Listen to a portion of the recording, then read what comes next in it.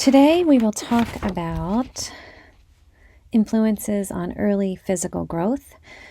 We will learn about heredity, nutrition, and emotional well-being, and how these things impact physical growth in children.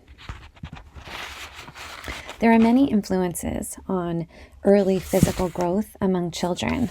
Among them, as I mentioned earlier, heredity, nutrition, and emotional well-being. A third of the world's children suffer from malnutrition. When diet and health are adequate, height and rate of physical growth happen naturally. We know that physical growth is largely determined by heredity. So your parents and their genes influence your growth and how tall or how short you are. Catch-up growth refers to physical growth that is delayed by temporary environmental influences, but returns to a genetically determined path once conditions improve. So nutrition, if it is inadequate for a certain time being, there is catch-up growth. So children can catch up and grow to their expected outcomes through heredity. Nutrition is especially important the first 2 years of life because the body and brain are growing rapidly. You've learned a lot about this so far in our lectures. 22% of U.S. children suffer from food insecurity.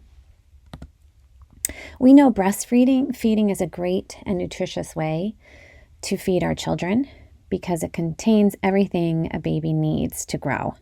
And it also smooths the transition to solid foods.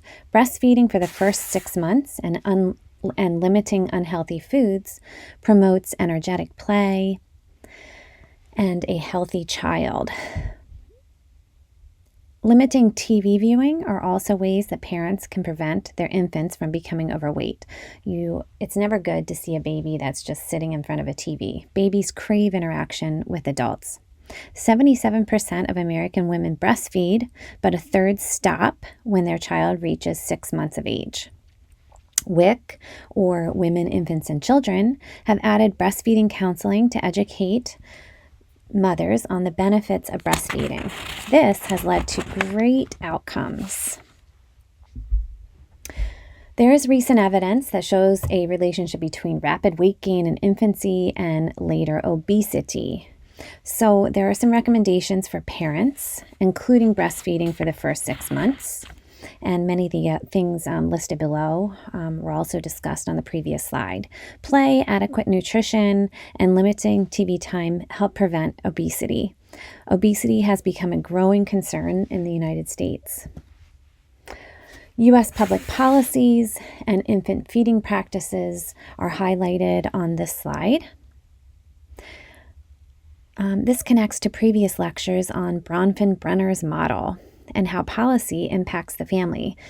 If you recall, new policies connect directly to families. Because a new policy and support of breastfeeding, low-income families are now educated on the importance of breastfeeding and therefore have chosen to breastfeed their children for longer periods of time. This slide shows U.S. public policy and how it has enacted breastfeeding. So you can see in the yellow before policy changes and in the red. So there is a great increase in full breastfeeding after policy changes. Malnutrition. So you never want to see this in a child. There's different types of malnutrition. For the purposes of this slide, we'll focus on marasmus, which is a wasted condition of the body caused by diet low in essential nutrients. This is not a good thing for a baby. There's also kwashiorkor, and this is caused by an unbalanced diet, very low in proteins. Proteins are essential for children. Children who survive these extreme forms of malnutrition often grow to be smaller in all body dimensions, and they suffer lasting damage to their organs. When their diets improve, they tend to gain excessive weight, so they don't return to their normal state of growth.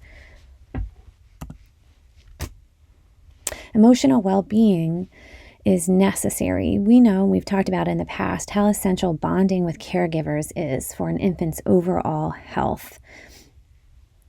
Affection is vital. It's as vital as food for healthy physical growth.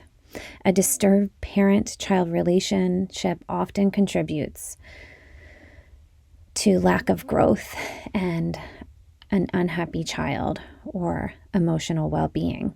Lasting cognitive and emotional difficulties may result because of this. If the disorder is not corrected in infancy, most of these children remain small and show lasting cognitive and emotional difficulties.